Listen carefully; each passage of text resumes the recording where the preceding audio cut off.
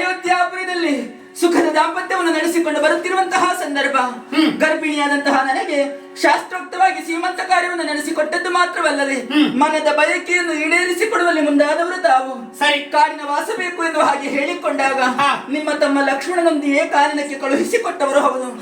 ಕಾಡ ಮಧ್ಯದಲ್ಲಿ ಬಿಟ್ಟು ಹೊರಟೇ ಹೋದ ಲಕ್ಷ್ಮಣ ಅನ್ಯ ದಾರಿಯೇ ಕಾಣದೆ ನಿಮ್ಮ ನಾಮಸ್ಮರಣೆಯನ್ನು ಮಾಡುತ್ತಿರುವಾಗ ವಾಲ್ಮೀಕಿ ಮಹರ್ಷಿಗಳ ಆಗಮನ, ಅವರ ಆಶ್ರಮಕ್ಕೆ ಕೊಂಡೊಯ್ದು ಆಶ್ರಯವನ್ನು ಇತ್ತವರಿದ್ದಾರೆ.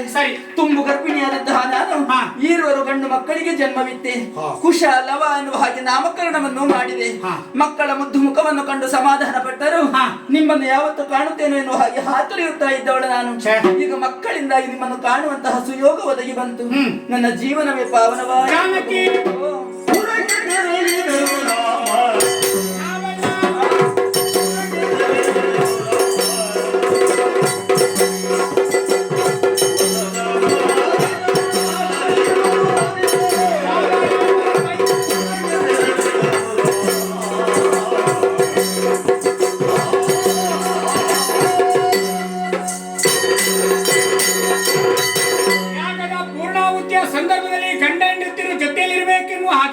ಗುರುಗಳಾದಂತಹ ವಸಿಷ್ಠರಾಡಿದ್ದಾರೆ.